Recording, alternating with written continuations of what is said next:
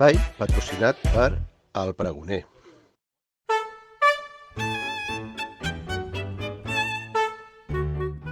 Hola, què tal? Què, vaig abrigada, Aviam, pastanaga, botons, barret, bufanda. Què deu ser això? De què deu anar aquest conte? Doncs d'un ninot de neu i d'una nena que es deia Helena. La voleu escoltar? Doncs vinga. Ens hi posem. Fins ara.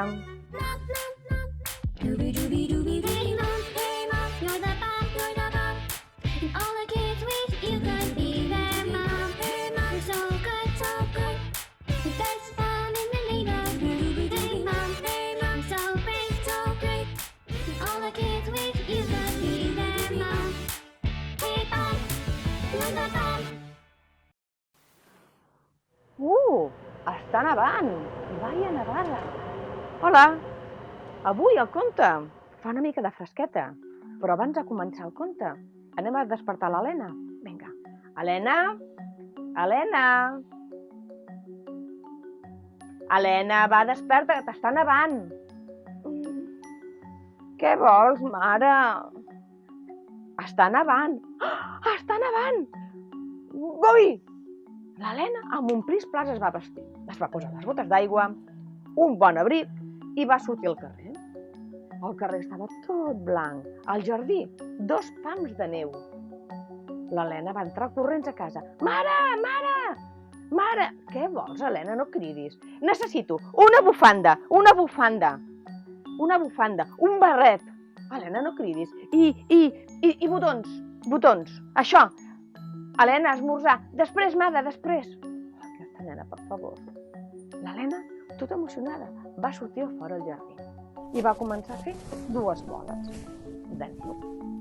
Va posar una al damunt de l'altra i va fer un ninot de neu. Ai, la pastanaga, el barret, li clavarem uns botons, està quedant molt maco i li ensenyarem a la mare.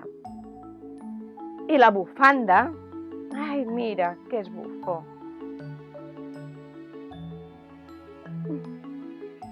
L'Helena va agafar i va pujar a dalt la casa. Mare, he fet un ninot de neu molt maco, molt maco, molt maco, molt maco. Li falta una escombra, però és igual, perquè és molt gran l'escombra i el ninot no és gaire gran. Helena, esmorza. Ja vinc, mare, no tinc gana. Bueno, mitja hora. D'acord. L'Helena va sortir a fora i va començar a jugar amb el ninot de neu. De cop i volta va pensar, seria tan maco, que fos de debò i pogués parlar amb ell, perquè quan neva no puc anar a escola i no tinc amigues, no tinc germanes i és un rotllo. Estic tot el dia sola. Helena, a esmorzar! Està bé, ara vinc, vale? L'Helena, molt trista, va anar a casa. Va esmorzar. Quan va acabar d'esmorzar, es va tornar a abrigar ben abrigada i va sortir a fora. Amb aquestes, que estava jugant al jardí, quan va sentir una veu. Hola, Helena. Qui hi ha? Soc jo. Qui és? No veig a ningú. Doncs tomba't. Ets tu? Els ninots de neu no parlen. Tu has demanat un desig molt gran, que jo fos el teu amic. Però... Ui, això és molt estrany. L'Helena, tota estranyada, va pujar corrents a casa. Mare, mare, el meu ninot de neu parla. La mare, que estava rentant els plats d'esmorzar. Sí, Helena. Mare, que t'ho estic dient de debò? Que m'ha dit hola, m'ha dit bon dia, sap el meu nom. Molt bé, Helena, deixa'm acabar de fer això, que tinc molta feina.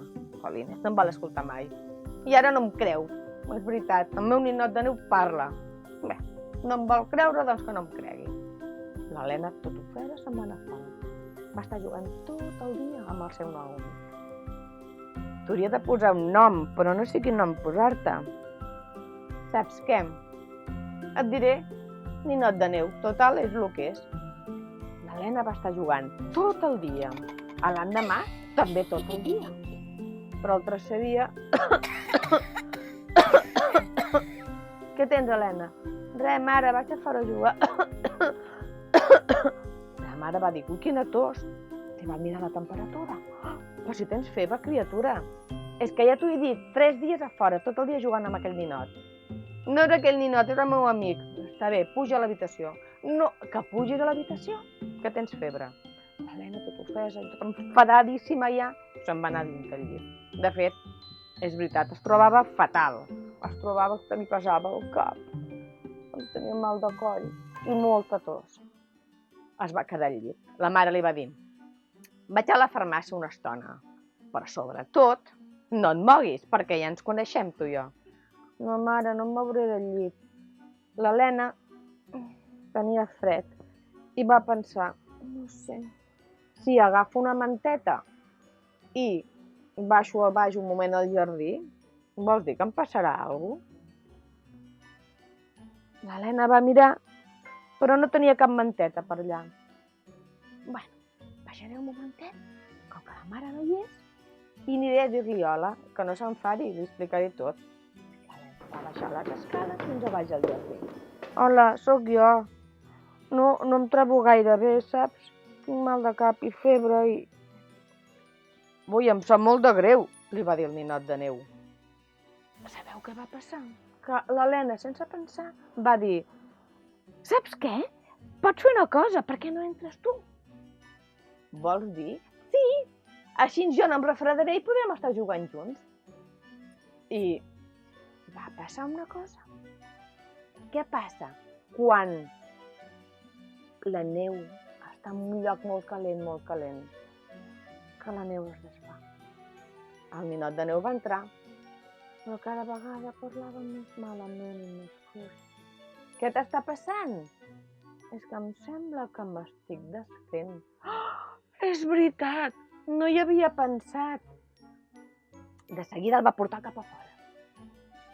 Ella va pujar a l'habitació. Al cap de 2 o 3 dies ja estava bé. Va tornar a baixar i va estar jugant així tot l'hivern. Però l'hivern va marxar.